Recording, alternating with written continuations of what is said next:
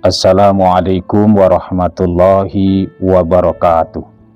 Saudara-saudara sekalian, episode kali ini kita masih berbicara tentang sekitaran santriwati Pondok Pesantren Modern Ar-Rasyid Pinang-Awan, Kecamatan Turgaba, Kabupaten Labuhan Batu Selatan. Sebut saja namanya adalah Mayang. Mayang itu beliau sudah tamat 2 tahun yang lalu. Jadi sekarang beliau sudah kuliah semester 4, masuk semester 5, jurusan ilmu Quran dan tafsir di Padang.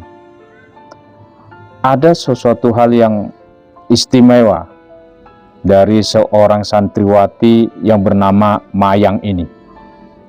Rata-rata jenjang pendidikan di pondok pesantren itu 6 tahun. Tamat SD, masuk pesantren. Itu kelas 1, kelas 2, kelas 3, kelas 4, kelas 5, dan kelas 6. Kelas 1, kelas 2, dan kelas 3 itu sederajat dengan tingkat sanawiyah. Sedangkan kelas 4, kelas 5, kelas 6 itu sederajat dengan tingkat SMA. Nah, Mayang ini dia masuk di Pondok Pesantren Modern Ar-Rasyid itu kelas 4. Berarti dia masuk langsung di kelas 1 Aliyah, sederajat dengan SMA tadi.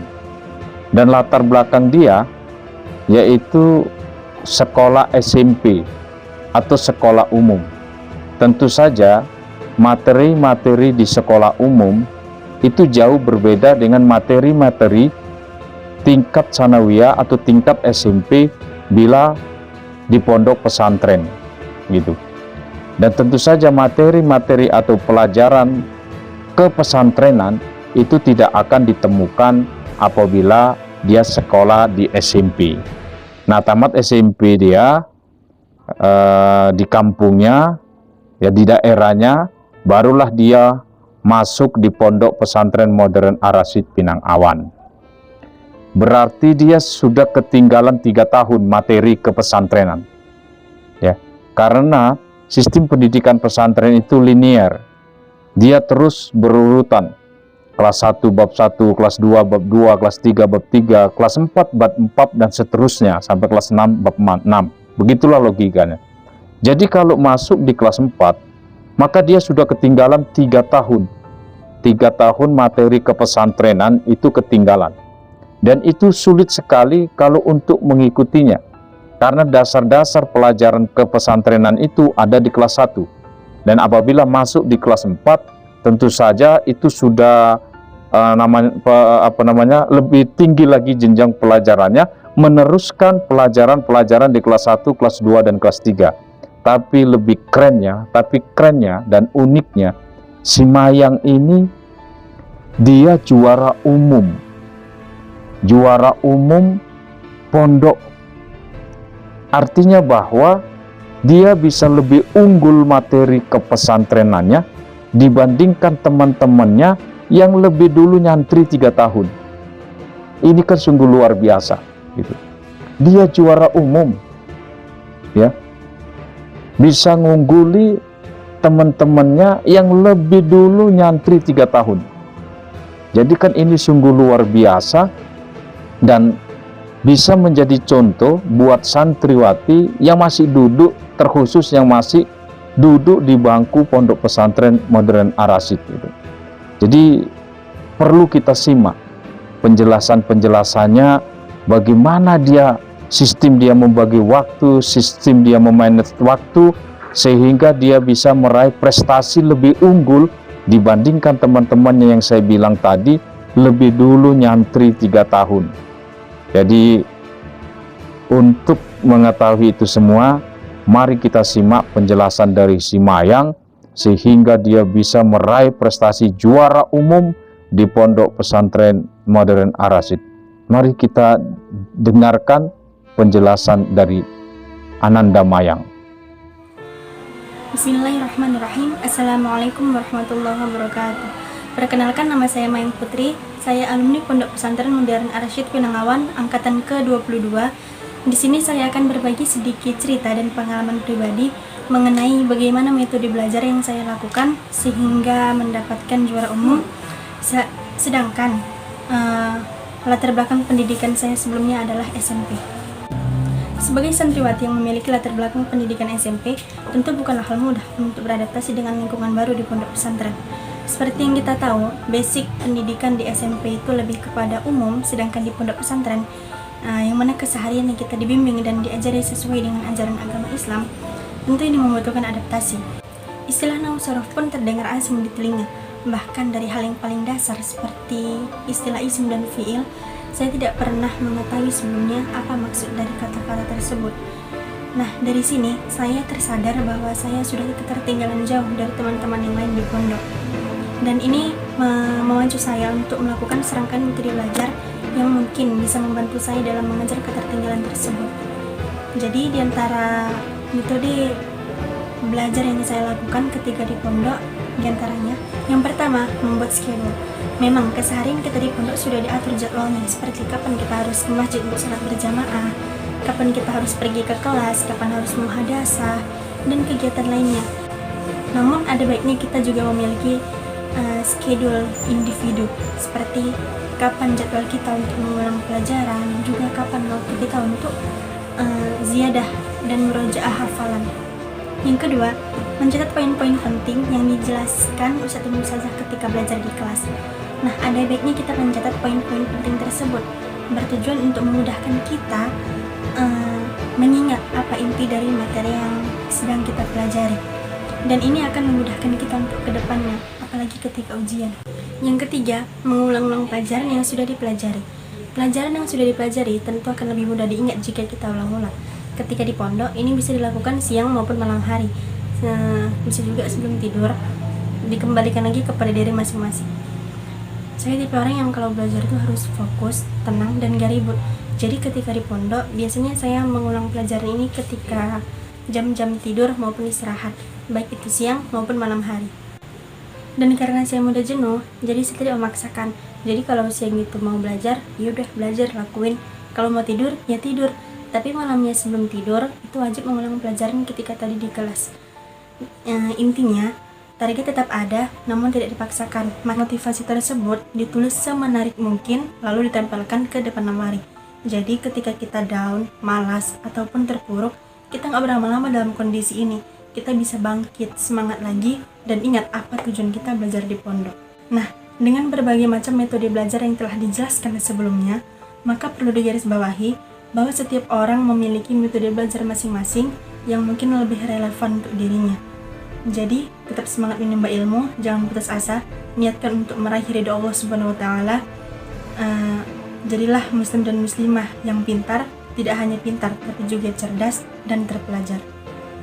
Sekian metode yang dapat saya sampaikan, lebih dan kurangnya saya mohon maaf. Assalamualaikum warahmatullahi wabarakatuh. Saudara-saudara sekalian, sudah kita dengarkan bersama penjelasan dari santriwati yang bernama Mayang, bagaimana proses dia untuk meraih prestasi tersebut, yaitu prestasi juara umum pondok. Dia bercerita harus punya schedule yang jelas, memanage waktu yang jelas, kapan dia menggunakan waktu-waktu untuk belajar dengan kesibukan-kesibukan program-program di pesantren. Dia bisa menata, memanage waktunya untuk memperdalam pelajaran-pelajaran yang dia dapat. Pada dasarnya memang Mayang ini adalah sadar gitu ya, bahwa dia datang di pondok pesantren ini adalah untuk belajar agama. Maka tentu persentase dia belajar harus lebih tinggi ketimbang persentase teman-temannya yang duluan mondok 3 tahun. Itu harus ada kesadaran pada diri setiap santri, seperti kesadaran yang dimiliki oleh si Mayang ini. Dia punya kesadaran itu. saya datang di pondok ini, saya mau belajar agama, bagaimana cara saya harus paham dengan materi-materi atau pelajaran-pelajaran yang ditransfer oleh guru-guru atau ustadz dan ustazahnya di pondok ini. Maka dia punya strategi dan dia mulai mengatur waktunya, benar-benar dihabiskan untuk belajar, ya, memanage waktu,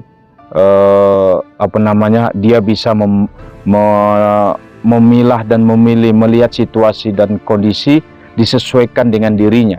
Seperti dirinya tadi, jikalau dia ingin belajar, ingin mengulang pelajaran itu membutuhkan waktu yang tenang. Akhirnya dia mengambil waktu ketika mau tidur atau temannya sudah mulai tidur, di situ dia mulai mengulang-ulang pelajarannya. Dan metode atau cara belajar Mayang ini ternyata membuahkan hasil, ya, bisa prestasi dia lebih mengungguli teman-temannya yang duluan mondok 3 tahun. Itu prestasi yang luar biasa dan perlu dicontoh buat seluruh santri dan santriwati yang masih tinggal atau masih menuntut ilmu di pondok pesantren Ar-Rasyid ini. Atau barangkali juga Mayang ini memiliki EQ yang tinggi, jadi cepat menerima dan menangkap pelajaran. Kan sering kita temukan juga ada anak-anak pelajar atau santri dan santriwati itu memiliki EQ yang tinggi. Tapi pada dasarnya tidak ada manusia yang dilahirkan itu pintar atau bodoh. Akal, otak ini, itu kalau diibaratkan dia seperti pisau. Pisau kalau tidak pernah diasah, maka lama-kelamaan pisau itu akan kehilangan tajamnya, dan pada akhirnya pisau itu akan tumpul dan berkarat. Kenapa pisau itu tumpul dan berkarat? Karena tidak pernah diasah, sehingga tumpul dan timbul karat. Apabila sudah timbul karat dan tumpul, itu sangat sulit untuk menajamkan kembali pisau itu. Walaupun bisa, tapi membutuhkan proses yang ekstra, tetapi tajamnya tidak bisa seperti awal tajam atau awal beli, karena sudah tumpul dan sudah berkarat. Bagaimana supaya pisau itu tetap tajam? Maka pemiliknya harus merawatnya. Salah satu perawatan itu adalah diasah setiap hari, dicek apabila sudah mulai tidak tumpul, lalu diasah lagi, lalu dilap dengan minyak umpama supaya tidak timbul karat, sehingga ketajaman pisau itu tetap. Begitu juga otak yang kita miliki, otak yang santri-santriwati miliki, itu ibaratnya pisau. Apabila tidak pernah diasah, maka otak itu akan tumpul. Apabila tidak pernah diasah, maka otak itu akan sulit menerima pelajaran-pelajaran. Bagaimana cara mengasah otak? Harus mengulang-ulang pelajaran. Harus terus belajar, menghafal, membaca, murojaah. Itu harus dilakukan setiap hari. Supaya apa? Supaya otak ini tetap tajam untuk mengingat-ingat pelajaran yang ditransfer oleh ustadz dan ustazahnya. Tidak ada manusia lahir dalam keadaan pintar, semuanya adalah membutuhkan proses. Jadi terutama santri dan santriwati pesantren Ar-Rasyid harus bisa memanage waktu, punya manajemen seperti yang dimiliki oleh ukhti Mayang ini, sehingga dia bisa unggul dalam prestasinya. Mudah-mudahan kita selalu dalam berkahan Allah Subhanahu wa Ta'ala. Lain waktu kita jumpa lagi dalam acara dan gelombang yang sama. Wassalamualaikum warahmatullahi wabarakatuh.